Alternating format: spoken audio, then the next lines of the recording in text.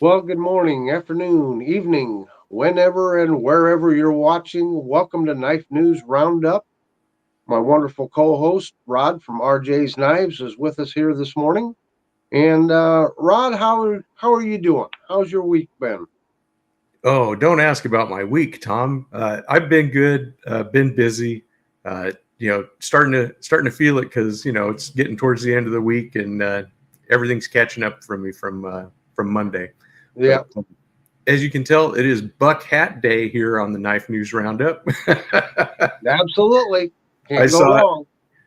my kids went to Smoky Mountain Knife Works and they picked up this hat for me, so I was pretty darn happy about that when I got it. And when I saw it, I said I have to wear this on the Knife News Roundup because then I can see Tom's buck hat and tell you, yep, I'll see that. Yeah. Well, you got some pretty smart kids there. Yeah, they know how Good, to good keep on me them. happy, Good on and them. they pick out some good stuff. Nice to think old Dad, wasn't it? Yes, it Yep. was. Very nice. Well, let's just kind of jump right into the news here. I have one news article, and we've talked about kniferights.org before here on the channel. And just a little disclaimer, just so to remind everyone, RJ and I don't get any compensation from Knife Rights. They're just an organization we want to highlight and to help out and spread the word about their existence. And so just wanted to put that little disclaimer in there. We're not shilling for them. But they do have a new news article on their website, and it says Knife Rights sues again to end unconstitutional federal Switchblade Act. I believe it was last week I highlighted where they had sued the state of Minnesota, but this is where they went federally. And so it says Knife Rights has filed a new federal lawsuit challenging the constitutionally constitutionality of portions of the Federal Switchblade Act, which I didn't even know existed.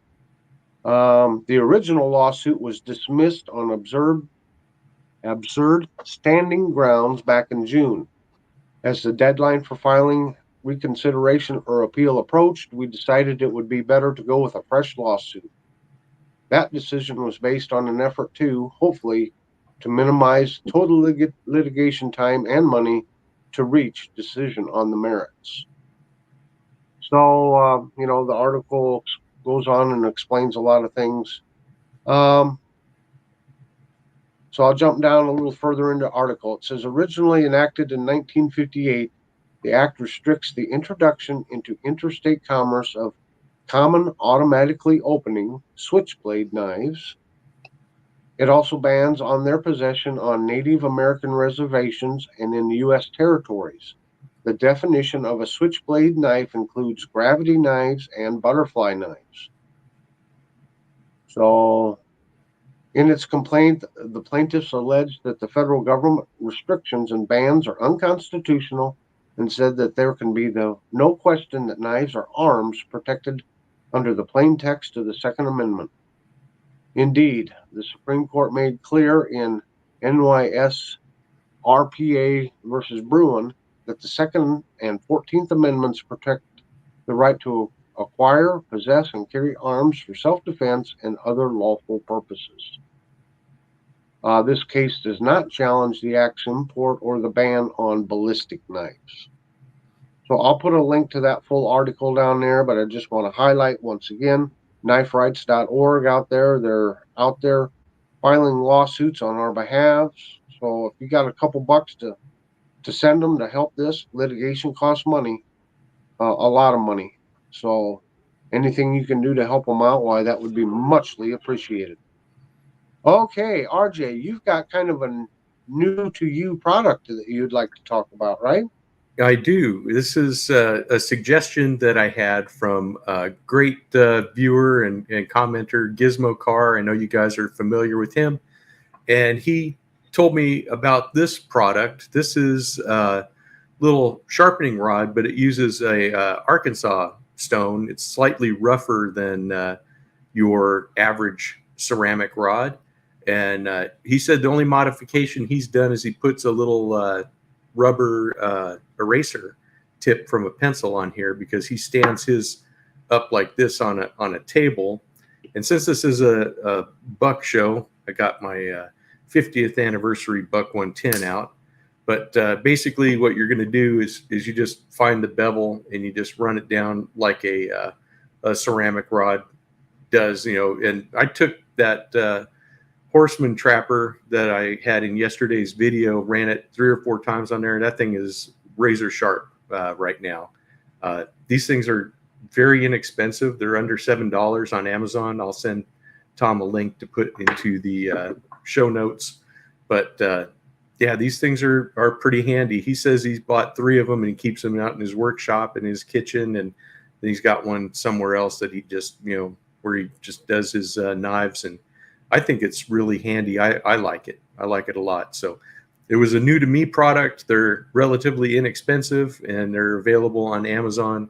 So you guys might just want one for your knife sharpening regimen, for all the other different products that we use to keep our blades in tune. Wow, that's fantastic. And you said how much was it? It was like $6.72 a piece. It's Can't got a go nice wrong wooden there. handle on it, and yeah, it's good length. Definitely something that is a useful product. Yep. I think those are handy for like big kitchen knives. Yeah. Yep. Yep. You could can use get it for full stroke down on them. And anything from a peanut to a chef's special. You could do it. yep. Great. Well, I do have a couple of sales to go over here. We got Chicago Knife Works.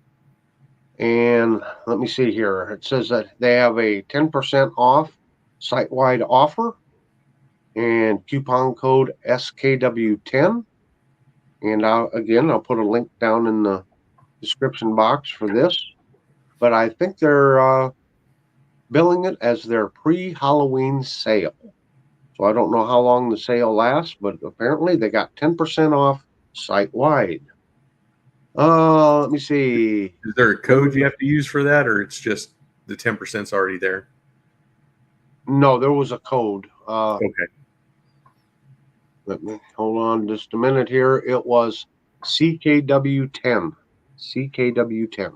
There you go. Chicago Knife Works 10, basically.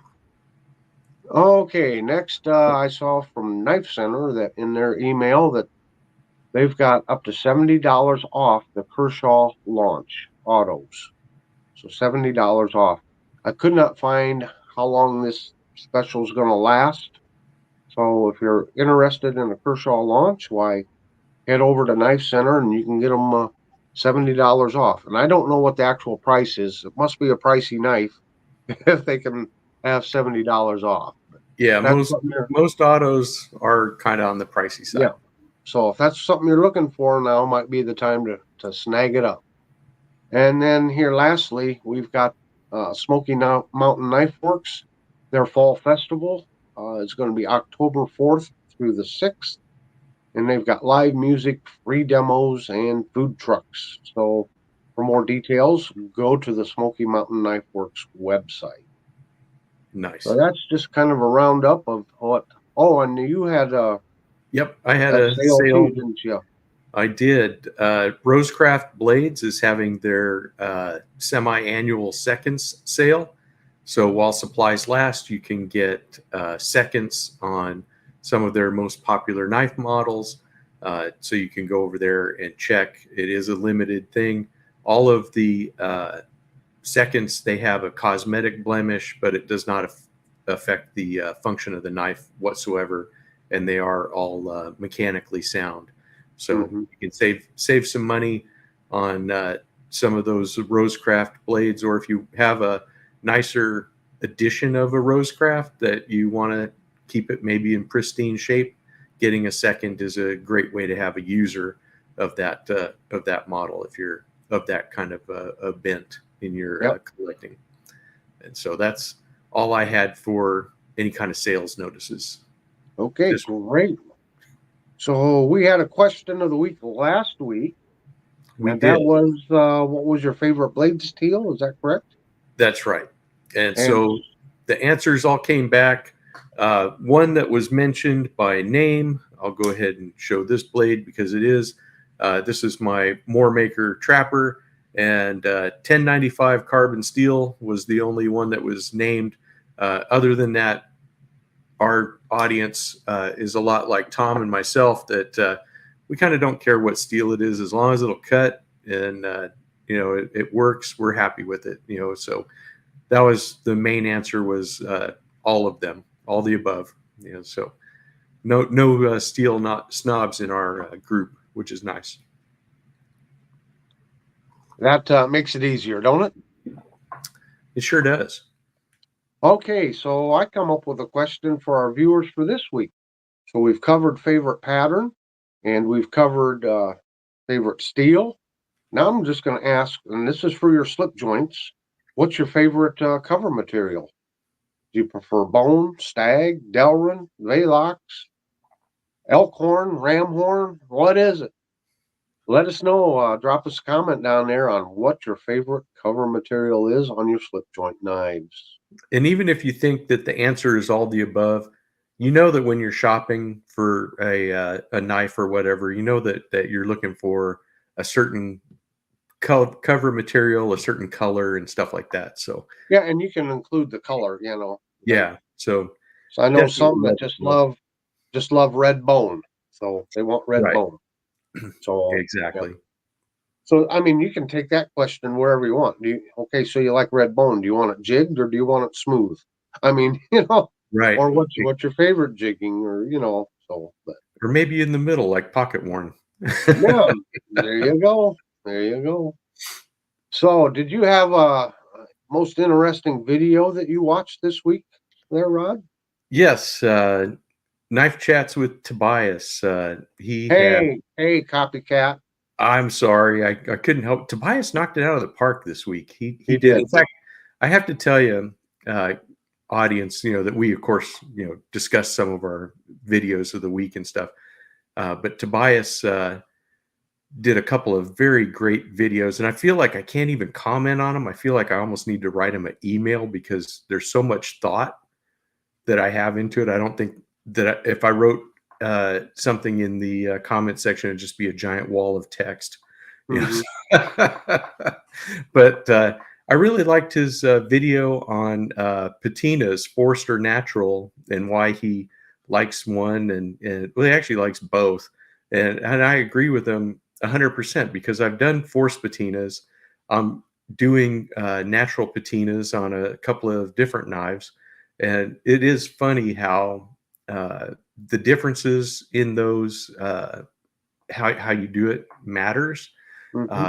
With the forced patinas, you do get a nice uniform color, but with the natural patinas, depending on what you're cutting with it, you can have a variety of Hmm. different colors and stuff like that come out in the steel. So it's just the difference of, do you want something to be uniform and to be protected all at once, or do you want to have it develop that protection over time? He did talk about the properties of that, and so it's just really an interesting video. And with traditional guys, patina, or as some like to call them, teeners, it definitely is a personal preference, and it's something that everybody does a little bit differently. Yep. But it was a very cool topic. Yep. So I had saw the thumbnail for that one. Yeah, I saw the thumbnail for that one, but I haven't had a chance to watch it yet. yeah. However, I watched one of his videos, and it was Scout Knives and My Collecting Philosophy. Spoiler And alert, I watched it too. yeah, what a wonderful video. And I've been promising to do a video on my Scout knife or camp knife, utility knife that goes by several names, that, it's basically a four bladed pattern. Uh, and I haven't gotten around to doing that, but I Hmm. guess I really enjoyed it because camp knives or something, or Scout knives or something that I enjoy collecting too. And he brought up talking about spending $100 on one of these camp knives just to say you got a particular one in your collection, and how he's not going to do that. And I guess I share that same philosophy. Um, There's a Remington run line of knives that came out in the 80s, I think it was, called Bandit. Their Bandit series. And I've got just about all the patterns from the Bandit series, but one of them that they made was a camp knife. And I saw one on eBay, $99. And I'm like, I just cannot justify spending $99 on that, just to, add to round out my collection. So most of my camp knives I buy in the antique stores. Uh, some of them are in bad shape and need a lot of cleaning, but you know me, I enjoy cleaning up those old camp knives Yeah, and that. So, but it was just very interesting and entertaining to listen to his thoughts about collecting camp knives. So, again, the links to both of these videos will be down in the description box. All right. Do you have any channels that you'd like to highlight there, RJ? yeah. I just wanted to do a shout out to my good old friend, the Knife Detector. He has a great channel. He is like me. He's a little eclectic and shows everything from vintage knives to the newest modern knives. And he's just a great guy. Uh, he doesn't put out content as regularly as he used to, but he still has quite a great backlog.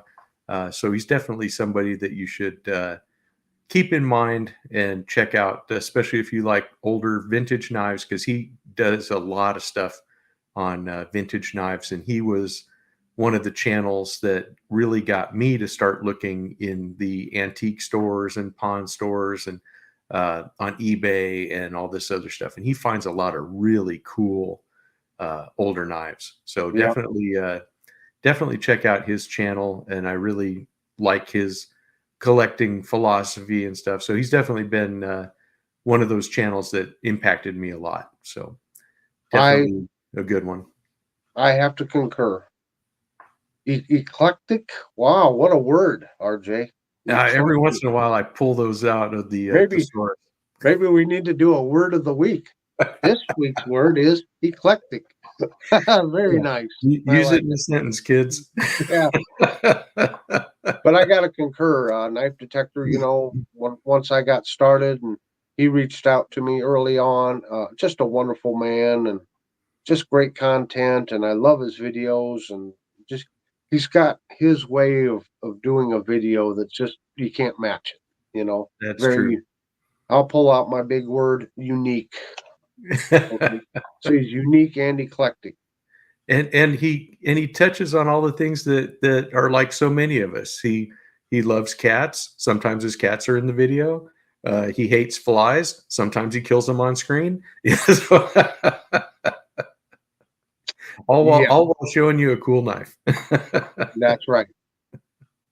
So, I guess I would like to highlight Singing Toad, our great friend from the Great White North. Um, Absolutely. he does a Thankful Thursday open tag. So, any channels that might catch this, if you got something to be thankful about, why, hey, do a Thankful Thursday. And it doesn't have to be about knives, even. If there's just something in your life that you're thankful for, you know, yes, we have knife channels. That doesn't mean every video has to be on knives. Sometimes the viewers just like to see, what's going on in your life and sharing some of your personal experiences and some of the things that you might be thankful for. You know, I think the viewers really like to see that. They like to see the personal side of us. So, well, Mhm. not so much of me, but maybe RJ. And my life's pretty dull and uninteresting. So, but some of us would say that's a good life. yeah, it is. It is. Dull and uninteresting is a good thing. Yeah. So anyway, go to the Singing Toad channel. Give him a subscription. Watch some of his videos. Leave a comment on his videos. He's just a great guy, good friend, and I've known him now for probably over 2 years. Yeah. So got to know him when we were both kind of starting out together, and so. And another one here is it's not a YouTube channel, but it's a blog, and um, David Burge. I hope I'm pronouncing his last name correctly. Um, he works for KTSM 9 News in El Paso, Texas, and he writes a weekly EDC blog. And he's very kind to send me that blog that he writes every week, sends me a link to it. And so I'm going to put a link to his blog down in the description box. Everyone go read his blog. Um, he's kind of come onto the scene. He discovered, if you will, the online knife community, and he's just loving it. So Oh, he's, nice. yeah, he's been, you know, been checking out my videos, and I know with Jo Ventures and others. So just someone that's really excited to be part of the knife community, and I just wanted to formally, I've not formally, but formally welcome him aboard to the online knife community. Absolutely. Welcome aboard. All right. So, do you have any channel updates, RJ? What you working on? If I'm able to get it finished tonight or maybe early tomorrow morning, excuse me, I have a brand new open tag that was Oh, suggested to me by a viewer. And so I'm not going to spill the beans. You guys are going to have to tune in and watch it. you're not going to spill the beans. Oh, come on. You're going to leave Not me hanging? exactly. I'm going to leave you hanging. You're going to have to watch, and I'm interested to see everybody's response because this was a great question, and it touches on several different points of collecting and using knives. So I think that you guys are going to enjoy that very much. And let's see, anything else special? Not really. My interview with the custom knife maker, he has fixed his technical difficulties, but he now has some busy stuff with his kids and some events he's attending and stuff. So we're probably not going to do that interview until later in this quarter. So if you guys were looking forward to that, I know I'm looking forward to it. We will be doing that soon, but it'll just be, pushed back a little bit because of his schedule. Yep. Other than that, knife reviews and stuff will still be forthcoming from me. Okay. Well, I continue to work on that marbles pocket axe. I haven't made a lot of progress in the last week or so, but I still am tinkering with it and thinking on it and figuring on it. And one of those projects you've got to have a block of 3 or 4 hours set aside to just concentrate on that one thing. And I Yeah. just haven't had that time yet. That's what's taking it up because I want to be able to record what I'm doing. So by the time you move everything out to the garage, because it's kind of dirty work, some grinding and things that I need to do, and don't want to do it in my basement. So Right. it's just, you know, taking the time to get things moved out there so I can record what I'm doing and get the right tools out. And but in addition to that, I must be a glutton for punishment, there, Rod. You'll never believe what kind of cutlery I bought yesterday in an antique store. It's not axes or hatches. It's not a knife per se, but they would be used in the kitchen or a butcher shop. Can you figure out what I'm talking about? Would it be a cleaver? Not one, two. Oh, nice. I got two cleavers, and one is a smaller one called a warranted, and I'm still doing the research on that product. The other one is huge. I mean, it's like a big bone one. Uh huh. It's a keen cutter, Oh, nice. and it is old. I mean, old. Yeah. So those are two more projects for me to work on, but it's going to Well, be a while before I got to. That's the problem. I get a new project to work on, and I forget about finishing the old one. So I got to be focused and get the pocket axe done first, and then start right. on these others. But And that's a part of the knife industry that tends to be overlooked by Mhm. a lot of pocket knife collectors, but almost all of the large cutlers made kitchen cutlery Oh as yeah, as a mainstay of keeping their business alive because they're selling to all the meat processing houses, all the restaurants, any place that you can use a kitchen knife, including in the home. They're making kitchen knives and stuff. Even I never got one, but I always kind of wanted one. Cold Steel has a butcher block knife set that you could buy from them in the past. I don't know if they still make it, but I thought, how cool is that to have a bunch of Cold Steel knives to be your kitchen knife set? That was something that I thought would be most appropriate for a knife nut like myself. So, but yeah, in fact, I know Victorinox makes a fantastic set of kitchen knives, and there's absolutely no complaints with that. My buddy Ken picked up one of their sets, and he still says that was the best thing I ever suggested to him, because he said those knives are just fantastic, and he loves using them. So definitely check those things out. So that's all I got on that one. Yeah, I agree. And back to Tobias again, he's often said, if we're really honest, the knives we use the most are the ones in the kitchen. Oh, absolutely. Yeah. Absolutely. Because you So, cook every day. yeah. And you're right. This is something, it's cutlery. Right. And I will have to say this, these things are heavy. I mean, you're not going to buy one of these cleavers today that's made out of this good heavy steel like these are. I mean, these are Right. heavy beasts. Yeah. So, and I was just looking at the price of an average meat cleaver, online, and probably the most decent one would start out around $50, and they go from there up to $500 or more. Oh, yeah. But Yeah. still, they're not made out of the same heavy duty steel like these are. So, Well, that's true. But of course, times have changed with the use of saws and all this other stuff mhm. for breaking down animals and stuff like that. If you've ever been to a industrial meat packing place, Yeah, those they're guys all are. It's all about speed and efficiency. And, absolutely. yeah, Yep. All right. Well, listen, Rod, thank you so much for joining us here today. I you're think this welcome. was an excellent show. Yeah, let us know in the comments if you agree, and we hope you do. Let's make it great again, right? Every week, every Every week. week. Let's make it a little bit more greater, huh? We're trying. So we're I mean, trying. So with twice the buck hats now, uh, the show that's can worth only go up from here. that's worth the price of admission, isn't it?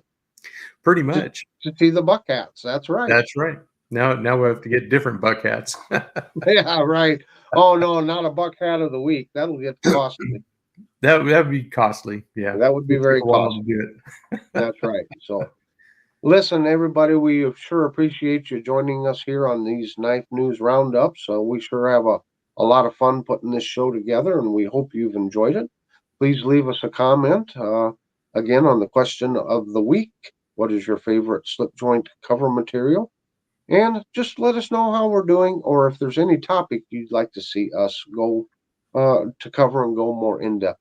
So, on And you behalf can of also RJ, go you ahead. can submit questions of the week. If you have a question that you There you think go. the audience would like to respond to, be sure to throw that in the comments, because we're definitely a show that is interested in what our audience thinks, Mhm. and we look forward to that feedback. Absolutely. So, on behalf of RJ, you go out and have yourself a very delightful week. All right, go out there and make it happen, guys.